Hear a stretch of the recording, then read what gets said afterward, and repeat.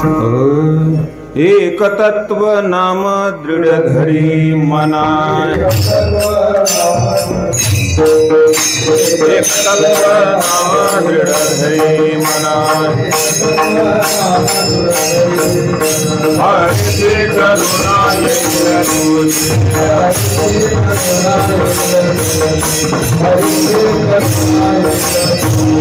एक तत्व नाम दृढ़ धरी मना,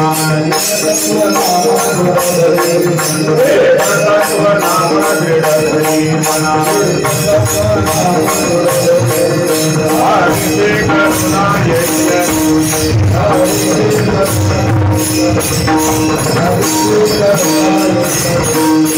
हरि मुखे मना,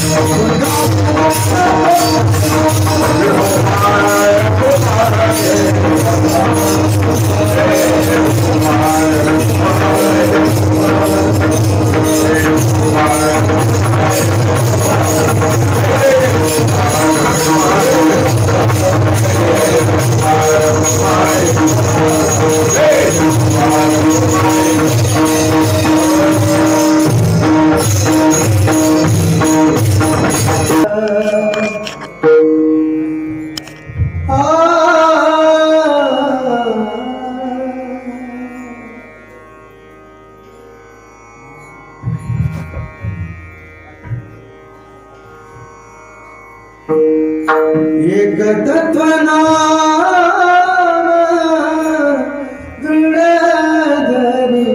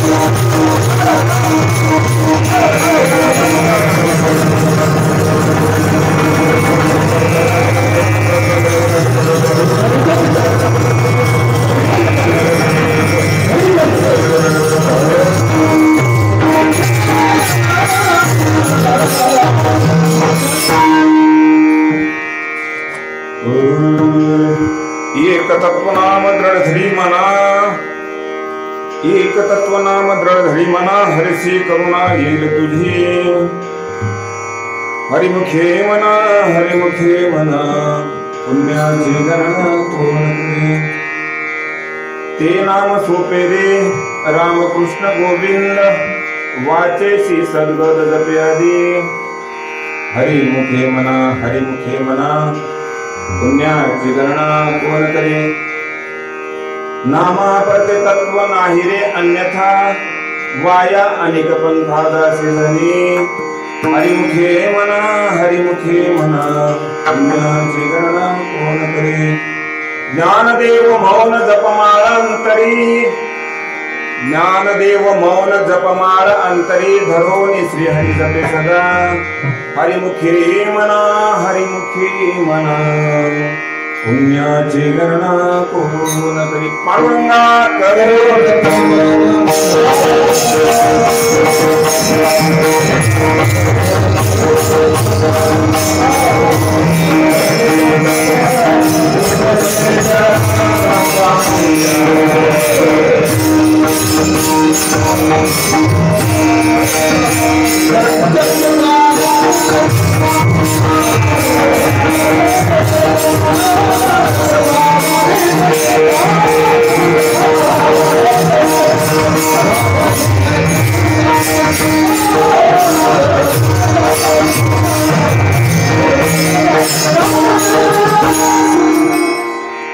पांडुरंगाकडून प्रथम नम दुसरे चरण संतांच्या त्यांच्या कृपादाने कथेचा विस्तार हो. बाबाजी सद्गुरुदास तुका जयाचे मुली स्मरण होय सकळ विद्यांचे अधिकरण तेची बंधू श्री चरण श्री गुरूंचे ते नमस्कार आता अलंकापुरी रम्य सिंहासनस्थं पदंबूज तेजस्फुर्दि प्रदेशं विधीन्द्रादिदेवै सदा स्तूयमानं समाधिस्थमूर्तिं भजे ज्ञानदेवं ओम नमो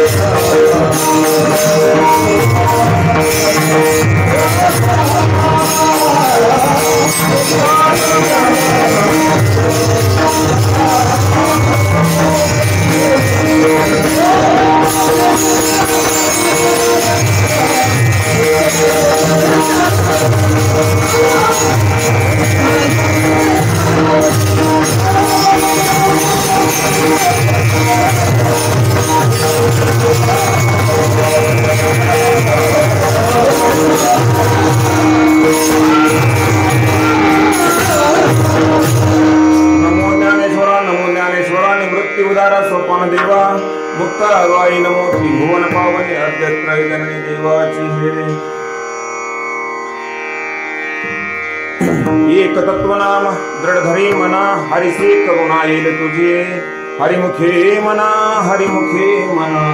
पुण्याची गणना कोण करे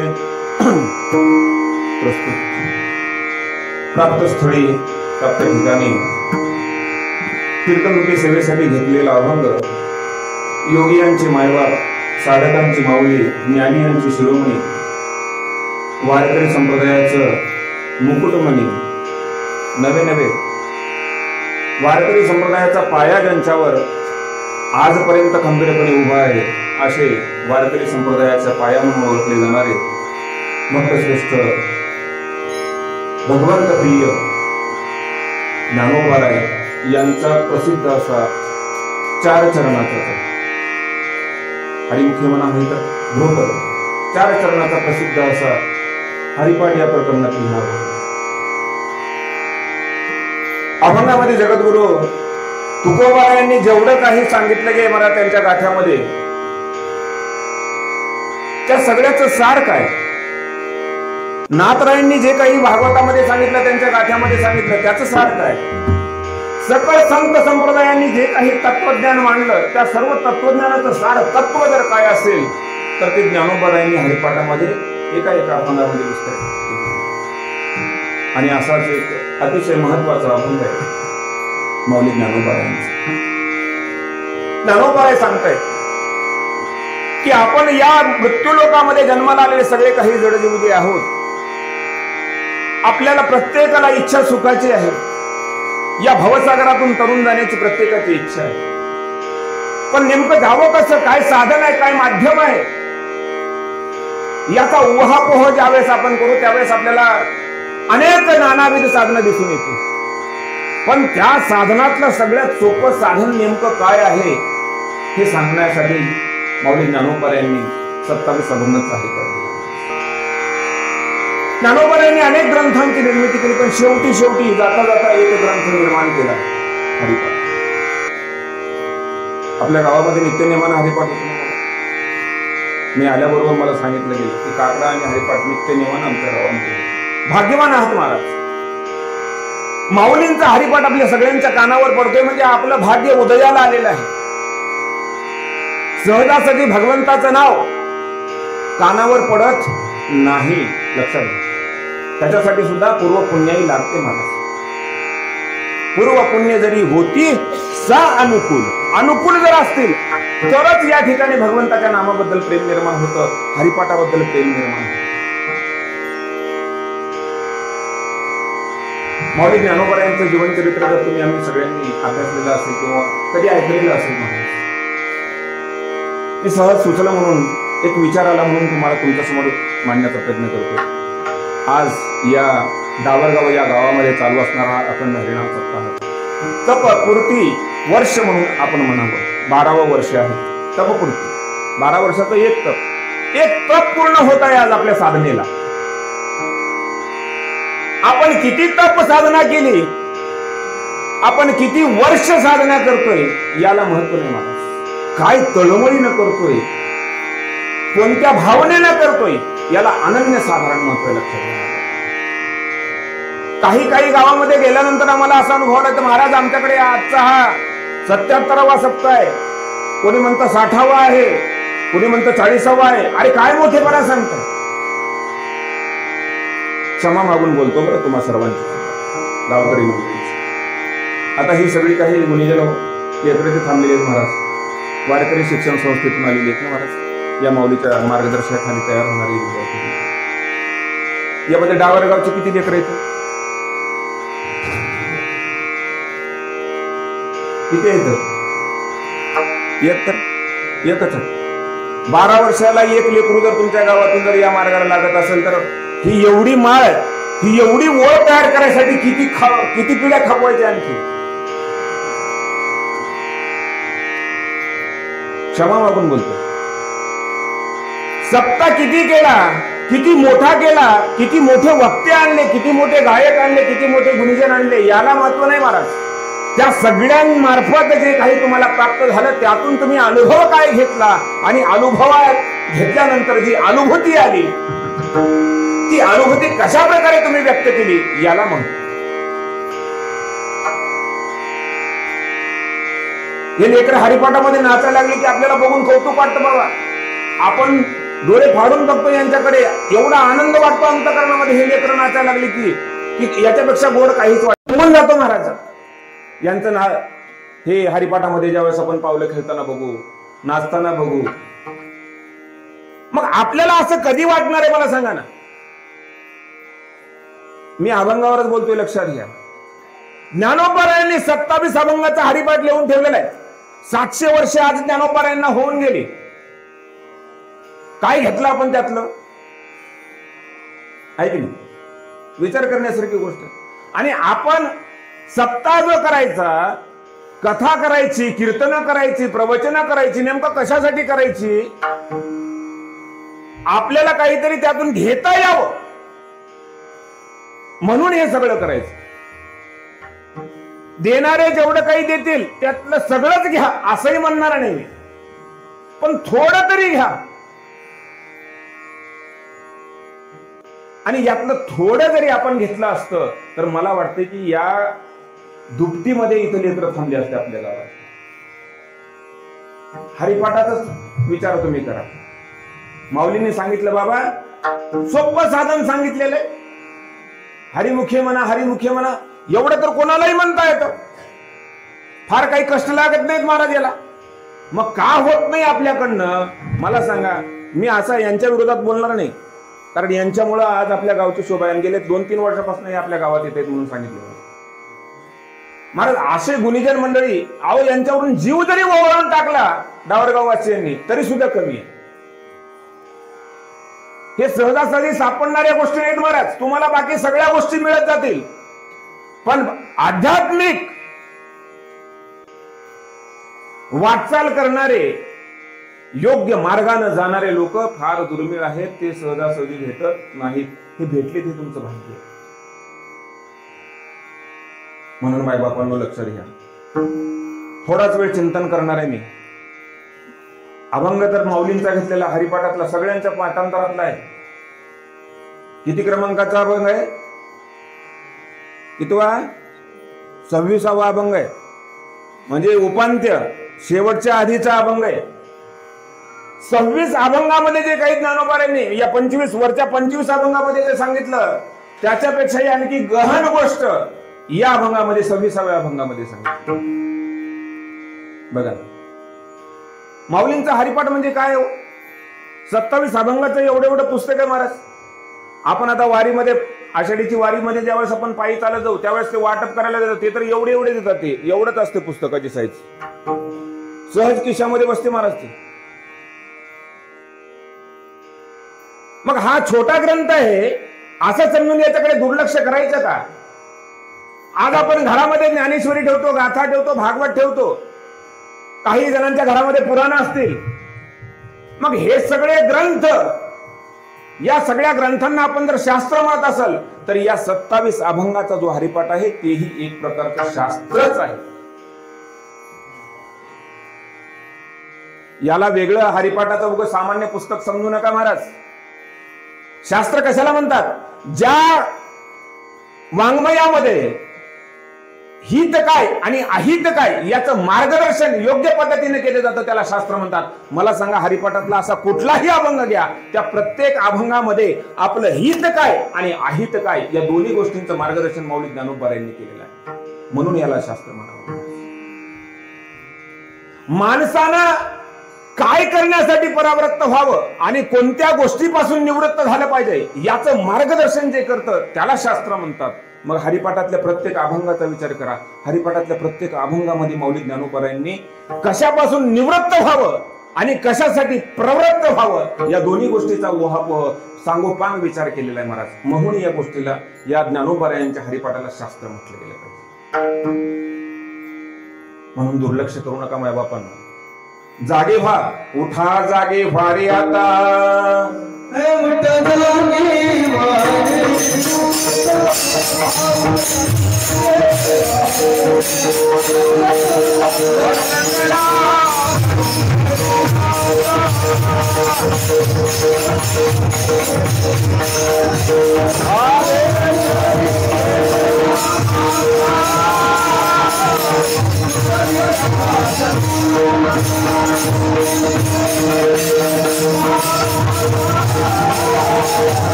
जागा व्हा. हरिपाठाला सामान्य समजू नका माझ्या बापांना. ज्ञानोबा यांनी हे एक शास्त्र तुमच्यासाठी सोपं शास्त्र सांगितलेलं आहे की काय करायचं. असो, त्या शास्त्रातला हा एक अभंग आहे. एक तत्वनाम दृढधरी मना, हरिसी करुणा येईल तुझे. भगवंताचं नाव कोण्या पद्धतीने घेतलं गेल्यानंतर ते भगवंतापर्यंत पोहोचतं आणि भगवंत आपल्यापर्यंत येतो याचं सविस्तर वर्णन ज्ञानोबा यांनी या अभंगाच्या या पहिल्या चरणामध्ये करून सांगितले. भगवंताला प्राप्ती करून घ्यायचे. तुम्हाला आम्हाला सगळ्याला देव पाहिजे की नाही? देव तर सगळ्यालाच पाहिजे, पण तो देव कशाने प्राप्त होतो, काय केल्याने मिळतो हे सांगितलं गेलेलं. लक्षात घ्या, देवाचं नाव तर प्रत्येक जण घेतो. ऐक नाही, आता बसल्या बसल्या जर मी म्हटलं मी जाऊ द्या, अजून आता उद्यापासून आणखी 7 दिवस, आता तर आजचा दुसरा दिवस आहे, आता गेले 12 वर्ष झालं तुम्ही भजन करताय, देवाचंच नाव घेताय ना बाबा. मग देवाचं जर नाव घेत असाल तर मग ज्ञानोबा यांनी जे म्हटलं की देवाचे द्वारे उभा क्षणभरी आणि तेने मुक्तीच्या रे. मिळाली एखादी मुक्ती? का नाही मिळालं? मुखी नाम हाती मोक्ष ऐसे साक्ष. देवाचं नाव तोंडात घेतल्याबरोबर मोक्ष मिळतो महाराज. मग मला सांगा, किती लोकांना मोक्ष मिळाला डावरगाव मध्ये? किती लोकांना मिळाला? माझ्या माहितीस्तव मला तर असं वाटतं की सगळ्या गावातल्या प्रत्येकाला मोक्ष मिळायला गेला पाहिजे. कारण सगळ्यांनी नाव घेतले देवाचं, एकदा का वेळा घेतले. ऐक ना, माऊली ज्ञानोबा काय सांगतात, एकदा जर देवाचं नाव तोंडाला यायचं झालं तर हजारो जन्माची पुण्य यायला लागते. मला जयाचे वाचे पुढा भोजे नाम नाचत असे माझे ते जन्म सहस्त्र बोळगी जे एक वेळ मुखासी यावया. एकदा देवाचं नाव तोंडाला यायला हजारो जन्माचं पुण्य लागतं. मग मला सांगा, तुम्ही दावरगाव वाले गेले 12 वर्ष झाले सत्य करताय, एरी नाही जरी भजन केलं असाल, तुम्ही इतर वेळेला देवाचं नाव नाही जरी घेतलं असेल, तर कमीत कमी या 12 वर्षामध्ये जेवढे काही सप्ते झाले, त्या सप्त्यातल्या प्रत्येक 7 दिवसामध्ये तरी का होणार देवाचं नाव घेतले की नाही? मग 7 दिवस देवाचं नाव घेऊन सुद्धा जे पाहिजे ते जर मिळत नसेल, तर मग आपलं काय चुकतं महाराज? आपलं वर्म चुकतं आहे. लक्षात घ्या माझ्या. परमार्थ करतोय खरंय, पण वर्म जे आहे परमार्थाचं मुख्य वर्म, तेच आपण बाजूला टाकून दिलं महाराज. मग ते जर बाजूला गेलं असेल, तर मग आपण किती जरी मरेपर्यंत जरी परमार्थ केला तरी आपल्याला जे पाहिजे ते कधीच मिळत नाही. लक्षात. आणि म्हणून ज्ञानोबा सांगतात या अभंगामध्ये की देवाचं नाव कसं घेतल्यानंतर देवाला आपली दया येते आणि देव आपल्याकडे धावत येतो. तर भगवंताचं नाव घेत असताना दृढ भावनेने घेतले. दृढ, केवढं दृढ महाराज, की एकदा ते नाव आपण स्वीकारलं की त्याच्याशिवाय दुसरं काही घ्यायचंच नाही. दुसरं काही घ्यायचंच नाही.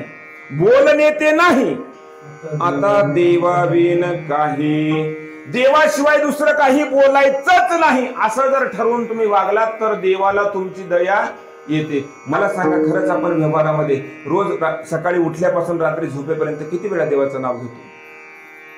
किती वेळा देवाचं नाव घेतो आपण? घेतो की नाही? एकदा तरी. मग का आपल्याला देव आपल्या जवळ येत नाही? कारण आपला त्या नामावर दृढ विश्वास नाही. जोपर्यंत आपण घेत असलेलं जे नाम आहे त्या नामावर जोपर्यंत आपला दृढ विश्वास राहणार नाही, तोपर्यंत ते नाम फलित होत नाही, त्याचं फळ आपल्याला मिळत नाही. म्हणून ज्ञानोबा यांनी या ठिकाणी सांगितलं की बाबांनो, देवाचं नाव तर प्रत्येकालाच घ्यायचं आहे, पण ते घेत असताना कसं घ्यायचं महाराज? एक तत्व नाम. तत्व आहे ते नाम, म्हणजे भगवंताचा एक तत्व आहे महाराज. नाम घेतलं म्हणजे देव घेतला, देव आपला असा करून घेतला, याची जाणीव करून घ्या तुम्ही, आम्ही सगळेजण. आणि दृढधरी मनामध्ये दृढ धरायचं. आपण तोंडानं दृढ धरलं बाबा, आपण तोंडानं विठ्ठल विठ्ठल विठ्ठल म्हणतो, राम राम राम राम राम राम राम राम राम राम राम राम चालूच राहतं आपलं. पण वास्तवात पाहता ते मनानं म्हणतोय का, याचा विचार आपणच केलेला बरोबर. देवाचं नाव लोक घेतात नाही असं नाही महाराज. देवाचं नाव अनेक जण घेतात, बरं, खूप जण देवाचं नाव घेतात, पण ते प्रेमानंच घेतलं गेलंय का, ते प्रेमानं घेतलं जात आहे का, हे देव पाहतो. अंतरीची घेतो गोडी, पाहे जोडी भावाची. आपल्या मुखातून येणारं जे नामस्मरण आहे, त्या नामस्मरणामध्ये किती प्रेम आहे हे देव बघतो. नाहीतर अनेक लोक नाव घेतात देवाचं, राम राम राम राम राम राम, अनेक जण घेतात महाराज. असंच पावसाळ्याचे दिवस होते, धो पाऊस चालू झाला महाराज. कीर्तनासाठी आलेले असं गावगाव मध्ये कीर्तनाचं आता सप्ताह चालू आहे, तसं सप्ताह चालू होतं. आणि दुसऱ्या गावातला एक माणूस सप्त्याचं कीर्तन ऐकण्यासाठी म्हणून भाविक असणारा महाराज, तो आपल्या गावामध्ये आला. महाराजाचं कीर्तन झालं. कीर्तन झाल्यानंतर पाऊस शांत झालेला, पण गावातून पलीकडे जात असताना पायी प्रवास, पलीकडे जात असताना एक ओढा होता, ओढा, पाण्याचा ओढा. ओढ्याच्या पलीकडे जायचंय. ओढ्याला आता पाणी आले महाराज, आणि त्या ओढ्याच्या कडेला एक मोठं वडाचं झाड आहे, मोठं वडाचं झाड. आणि अनेकांच्या तोंडानं ऐकलेलं की हे जे वडा आहे आणि या वड्याच्या कडेला जे वडाचं झाड आहे, त्या झाडावर काय भूत. 「 ऐकलेली गोष्ट. 「 「 ऐकलेली गोष्ट. 」 「 「 ऐकलेली गोष्ट. 」 「 ऐकलेली गोष्ट. 」 「 ऐकलेली गोष्ट. 」 「 ऐकलेली गोष्ट. 」 「 ऐकलेली गोष्ट. 」 「रोज लाईट राहायची, काही पाऊस नाही राहायचा महाराज, कोणाची तरी वाहन मिळायचं जायचं, पण आज त्याला वाहन मिळालं नाही, लाईट गेलेली महाराज, इजा चम चम चम चम चमकू लागले, आवाळ गडगड गडगड करू लागलं, कीर्तन तर संपलं, गावात बी थांबायला येईना, कोणी पाहुणा रावला नाही, आपल्या घरला तर जायचंय. मग जसं जसं महाराज ते हळूहळू हळूहळू हळूहळू पाय टाकत टाकत टाकत चालत, त्याच्या मनामध्ये पक्क माहिती आहे त्याला त्या वड्यापाशी जो वड्याचं झाड आहे त्या वड्याच्या झाडावर भूत आहे, म्हणून ह्यानं आता इथून मंडपातून निघाल्यावर रामाचं नाव घ्यायला चालू केलं महाराज. राम राम राम राम राम राम राम राम. हळू हळू हळू हळू हळू हळू हळू हळू पाऊल टाकत टाकत पुढे गेलं. पुढे गेल्यानंतर महाराज आता वडा डोळ्या पुढे दिसायला लागला. मग त्याची स्पीड वाढली महाराज. राम राम राम राम राम राम राम राम राम राम राम राम राम राम राम राम राम राम. आणि महाराज जेव्हा अजून त्या जवळ गेलं, वडाच्या झाडाच्या जवळ जवळ आलं, त्या वडाच्या झाडाच्या पारंब्या अंधारामध्ये महाराज खाली लोंबलेल्या, असा गडगडाट, वीज चमन चमकले. चमकल्याबरोबर महाराज आता त्याला तोंडातून निघणारं नाव तर ऐका. राम राम राम राम राम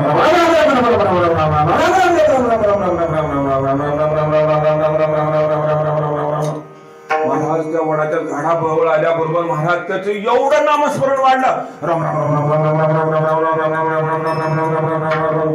हळू हळू हळू हळू देवाचं नाव घेत महाराज ते वड्यातून पलीकडे आलं. पलीकडे आल्यानंतर महाजी फिरून बघितलं, वड जरा लांब गेलाय. मग थोडा नाम हळूहळू झालं महाराज. राम राम राम राम राम राम राम राम राम.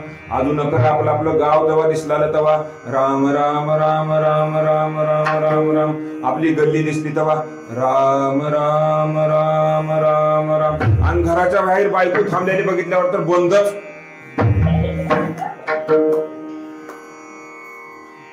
आता भिवच निघून गेलं. नाव घेतलंच ना त्यानं. देवाचं नाव घेतलं नाही का? देवाचं नाव अनेक जण घेतात महाराज, पण ज्या भावनेनं घेतलं पाहिजे, ज्या दृढतेनं घेतलं पाहिजे त्या दृढतेनं घेतलं जात नाही. ही शोकांतिका आहे. आपल्यालाही संकट पडले की आपणही देवाचा धावा करतो. आपण शांत नाही बसत महाराज. आपल्याला व्यावहारिक संकट पडतात, व्यवहारातले संकट पडतात, तरी आपण देवाला महाराज धावा करतो, देवाचा धावा करतो, देवाला नैवेद्य दाखवतो, देवाला अगरबत्ती वाहतो, देवाला नारळ वाहतो. नाही त्या गोष्टी देवाकडे मागतो आपण, त्यालाही मागणं घालतो, देवाचा धावा करतो. आपण करत नाही असं म्हणत नाही, पण ज्ञानोबा म्हणतात तुम्ही सगळेजण करताय हे खरं आहे, पण ते करत असताना कशा पद्धतीने केलं पाहिजे की दृढ भावनेनं. दृढता कशी असावी याचं एक सुंदर उदाहरण तुम्हाला सांगतो. परमार्थ करत असताना भगवंताच्या नावावर किती दृढ विश्वास ठेवला पाहिजे, किती दृढता असली पाहिजे लक्षात घ्या माझ्या बाप्पा. बाहेर देशामध्ये म्हणण्यापेक्षा बाहेर राज्यामध्ये उत्तर प्रदेश सारखं राज्य होतं, आणि त्या राज्यामध्ये एक गुराखी, त्याचा रोजचा नित्यनेम. लक्षपूर्वक ऐका मी कशासाठी बोलतोय. ज्ञानोबरायांनी अभंगामध्ये सांगितलंय की एक तत्व नाम दृढ हरी म्हणा.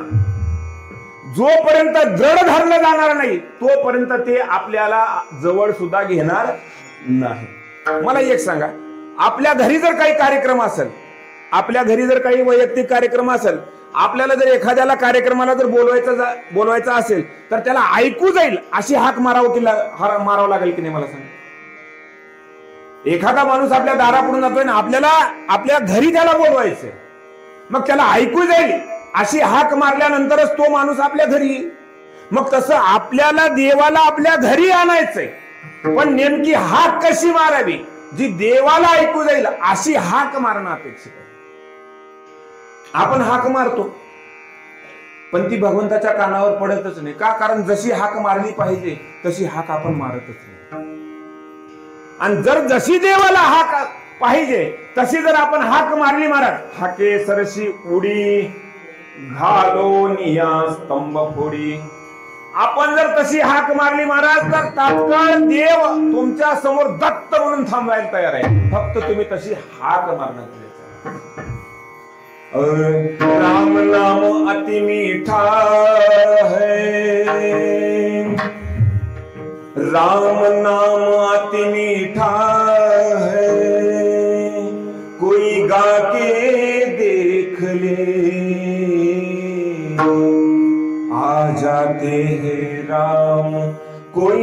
बुला के देख ले, राम नाम अति मीठा है. देवाचं नाव फार गोड आहे महाराज. देव यायलाही तयार आहे.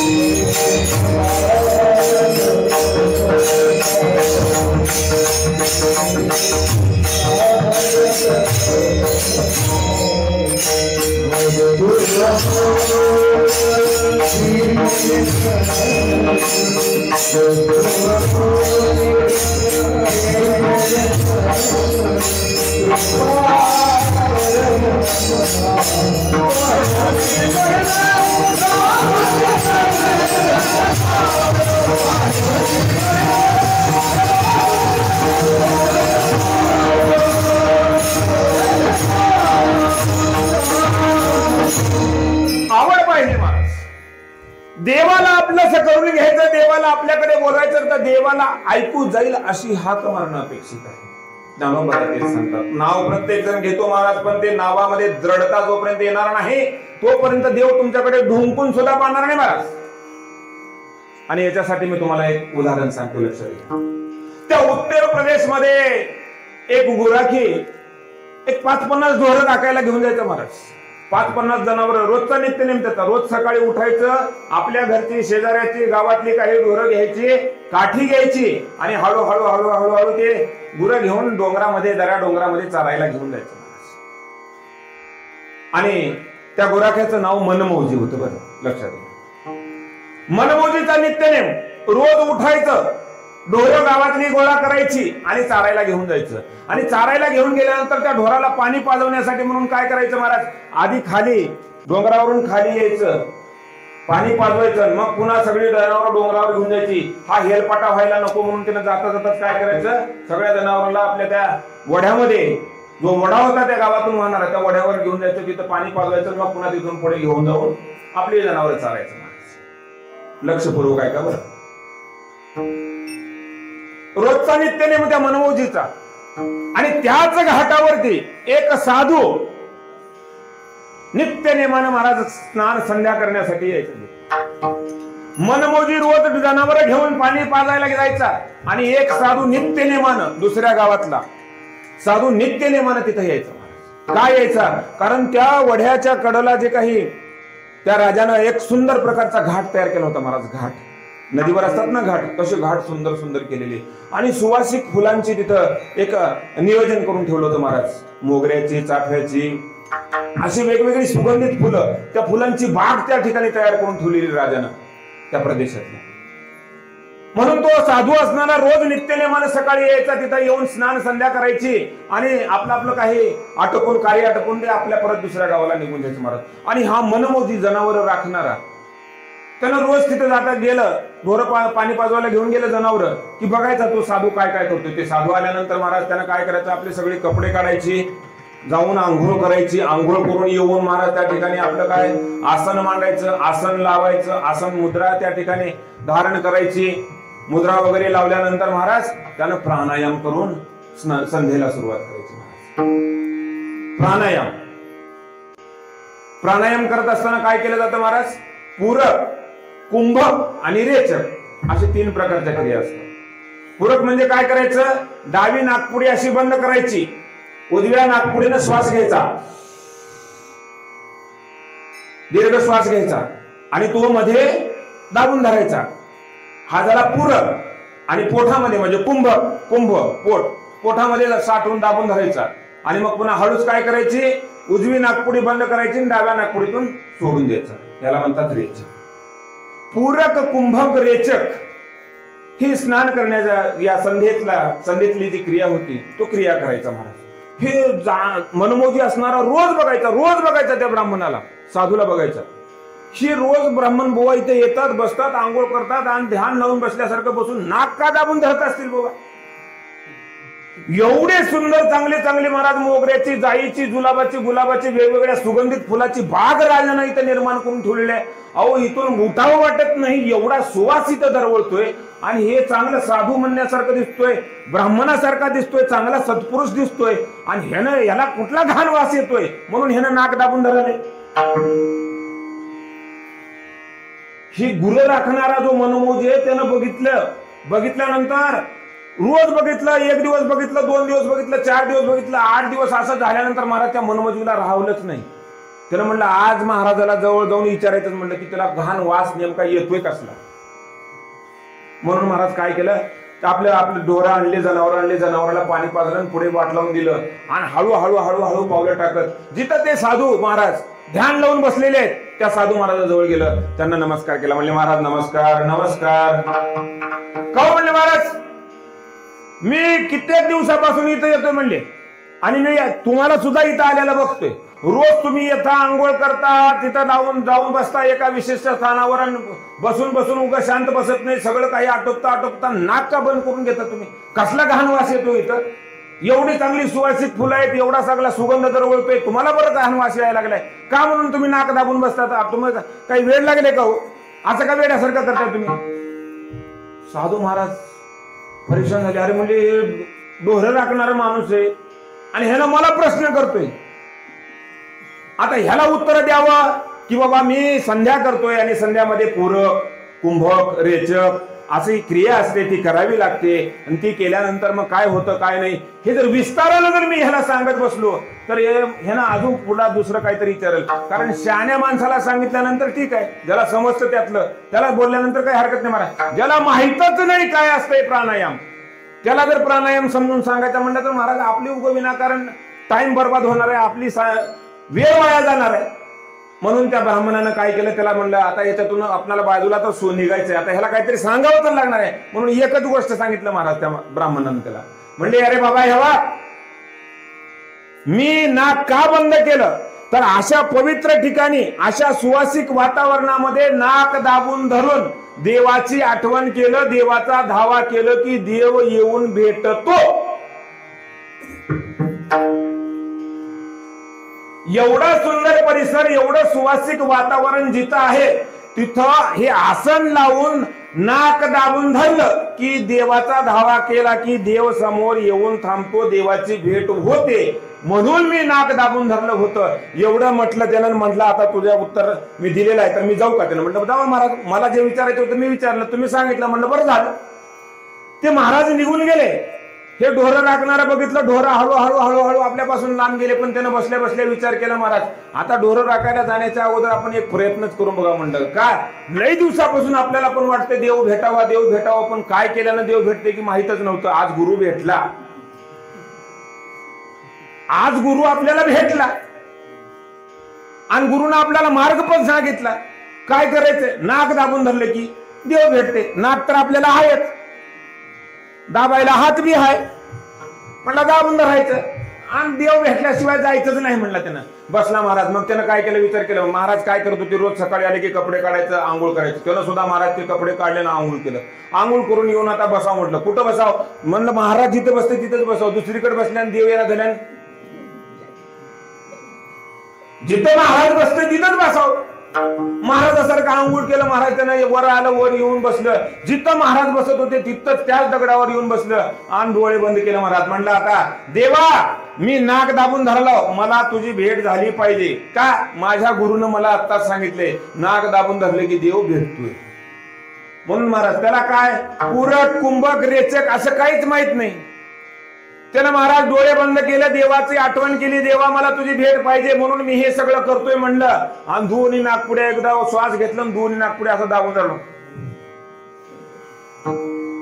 पूरक नाही ना रेचक नाही, कुंभकच डायरेक्ट मधीच गप मग धरलं, मध्ये ओढून बाहेर बी सोडना, मध्ये बी घेईना. महाराज आता झूक असा नाक दाबून धरून किती वेळ बसता येते माणसाला. 5 minute, 1 minute, 2 minute, 3 minute, 4 minute, 5 minute. तुम्ही बघा बरं सगळ्यांना धरा दाबून. एक जण बी धरणार भिव वाटते मारायचं. आणि मग उगं म्हणायचं इकडे देह जावो अथवा राहो पांडुरंगी दृढ भावो. उगाच किती प्रेम आहे या देहावर. धरा आपण 5 मिनिटं सगळ्यांना मला सोडून मला जायचंय घरी. सगळ्यांना 5 मिनिटं टाइम लावून मारा. टाइम लावून 5 मिनिटं सगळ्यांना नाक दोन्ही नाक पुढे असं दाबून धरायचं. श्वास घ्यायचा नाही, तोंड उघडायचंच नाही. बघून देव कसं येत नाही बघून येत. हो देव येणार म्हणजे येणार. तुम्ही करा म्हणजे तुम्हाला देव नको काय यायला. येऊ नाही वाटायला का देव तुमच्याकडं. या वाटायला तर धरा नाक. म्हणला त्या मनमोजीने विचार केला. म्हणला काय सोपं साधन आहे. म्हणला नाक तर माझ्याकडे आहेच, हात बी देवाने दिलेलाच आहे. म्हणलं दाबून तर धरायचं. त्यानं धरलं महाराज. कुपक केलं. श्वास बाहेर बी सोडना मध्ये बी घेईना महाराज. जीव कासावीस झाला. 1 मिनिटं 2 मिनिटं 4 मिनिटं 5 मिनिटं 10 मिनिटं झाले महाराज. तरी आता काहीच नाही. एवढं कासावीस झालं. म्हणलं उगं वाटायला सोपं वाटलं तर नाक दाबून धरल्याने देव भेटते म्हणून अवघड आहे. भजन लय सोपं वाटतंय महाराज. बसणाऱ्याला बघणाऱ्याला ऐकणाऱ्याला लय गोड वाटतंय. यांनी किती छान गावलेले आहेत. पण ते गाणं येण्यासाठी तो आवाज बाहेर निघण्यासाठी काय कष्ट यांनी घेतलेले आहेत यांचं यांनाच माहित आहे महाराज. या बाबांचे हात किती फुटले असतील, यांच्या बोटातलं किती रक्त सांडलं असेल यांचं यांनाच माहित आहे. उगं बसल्यावर काय छान वाजवतात, काय छान वाजवतात, काय छान गातात म्हणाय सगळ्यालाच येते. भक्ती ते कठीण सुळावरील. लक्षात घ्या माझ्या. उगं नाही, उगं बघायचं नाही. पोळी म्हणले की कोणी बी अवघड आहे. ही परमार्थाची पोळी आहे महाराज. व्यवहारातली नाही. संसाराची पोळी नाही. संसाराची पोळी कसल्याला बी येड्याला बी द्या. ज्याला काहीच कळत नाही, ज्याला महाराज रोडनं ज्यांना दुसऱ्याला दगड मारतील ते त्याचं लगीन लावून द्या. त्यानं संसार केले करून दाखवतो तुम्हाला. संसार काही अवघड गोष्ट नाही महाराज. ही अवघड आहे. आणि म्हणून तुकोबारायांना म्हणावं लागलं तुका म्हणे येते पाहिजे जातीचे.